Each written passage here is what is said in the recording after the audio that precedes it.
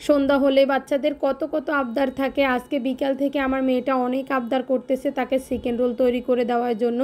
তো তাই তো আমি চিকেন রোল তৈরি করতে চলে আসলাম। আসসালামু আলাইকুম এভরিওয়ান, কেমন আছেন সবাই? আশা করি অনেক বেশি ভালো আছেন। আমিও আপনাদের দোয়ায় অনেক বেশি ভালো আছি। আজকে শরীরটা তেমন ভালো ছিল না, তারপরও মেয়ের আবদার বলে কথা, পূরণ তো করতেই হবে।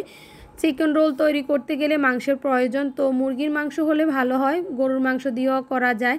তো আমাদের ফ্রিজে মুরগির মাংস ছিল কয়েক পিস, ওইগুলোকে আমি ছোট ছোট করে পিস করে নিয়ে পরিষ্কার করে নিলাম। এখন চুলায় একটা কড়াই বসে দিলাম এবং তেল দিয়ে আগে মাংসগুলোকে ভালোভাবে ভেজে নিলাম তেলের উপরে রেখে। মাংসের মধ্যে অল্প একটু লবণ দিব, লবণ দিয়ে এগুলাকে নেড়ে ছেড়ে দেন। তারপরে আলু কুচি, পেঁয়াজ কুচি, কাঁচামরিচ কুচি এগুলা দিয়ে দিব। এগুলাকে কিছুক্ষণ নেড়ে ছেড়ে সব ধরনের মশলা দিয়ে দিব। এখানে সব ধরনের মশলা বলতে আমি হলুদ গুঁড়ো একদমই দেইনি, শুধু মরিচ গুঁড়ো দিয়েছি, জিরে গুঁড়ো, ধনিয়া গুঁড়ো এবং টমেটো এগুলা দিয়ে ভালোভাবে নেড়ে ছেড়ে নিব। এগুলাকে একটা ঢাকনা দিয়ে ডেকে রেখে দিব চুলার হিটটা কমিয়ে।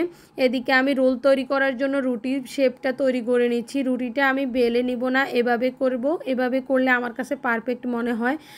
রুটি বেলার ঝামেলা ছাড়া এইভাবে পারফেক্টভাবে রুটি তৈরি করা যায়। এটা তৈরি করা খুবই সহজ। এখানে আমি আটা, লবণ এবং একটা ডিম ভেঙে দিয়ে ভালোভাবে এগুলাকে মিক্স করে নিয়েছি। আর এই রসটা দিয়ে যখন রুটিটা তৈরি করতেছি এত সফট হচ্ছে এবং এত সুন্দরভাবে পারফেক্টভাবে হচ্ছে। তো সবগুলো রুটি এভাবে আস্তে আস্তে আমি তৈরি করে নিব।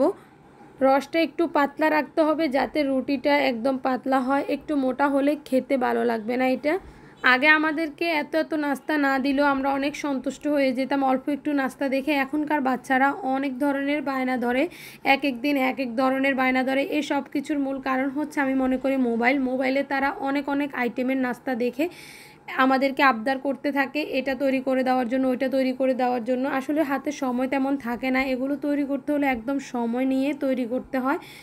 আর এখনকার বাচ্চারা তো ভাত একদমই পছন্দ করে না, তাদের এই ধরনের নাস্তা হলেই হয়ে যায়।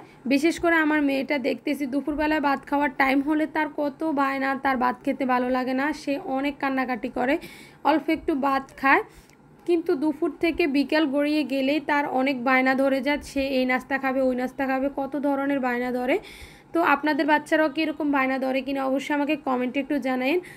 তো এই তো আমি রোল তৈরি করার জন্য ফিটা নিয়ে নিলাম। এখন আলাদা করে আটা রেখে দিলাম, ওই আটাগুলোকে সাইড দিয়ে লাগিয়ে তারপরে ভিতরের অংশগুলো দিয়ে দিব। এখানে মুরগিগুলা আর আলুগুলা এত মজা হয়েছে, গ্রানটাও অন্যরকম ছিল। তো এই তো একটা একটা করে সব রোল এভাবে আমি বানিয়ে নিলাম। আমার এক হাতে মোবাইল ছিল যার কারণে ঠিকমতো আপনাদেরকে দেখাইতে পারিনি, এক হাত দিয়ে এটা বানিয়ে নিলাম। তো যাই হোক, ভিডিওটা হয়ে গেল। আমি একটা একটা করে সব রোল এখানে বানিয়ে রেখে দিলাম। এগুলাকে এখন শুধু তেলের উপরে ভাজবো। তো চলে যাচ্ছি কিচেন রুমে, গিয়ে ওইখানে চুলায় একটা কড়াই বসিয়ে দিয়ে বেশি করে তেল দিয়ে দিলাম। এই রোলগুলো কিন্তু ডুবো তেলে ভাজতে হয়, তো একদম লো হিটে রেখে আস্তে আস্তে করে আমি রোলগুলো ভেজে নিলাম।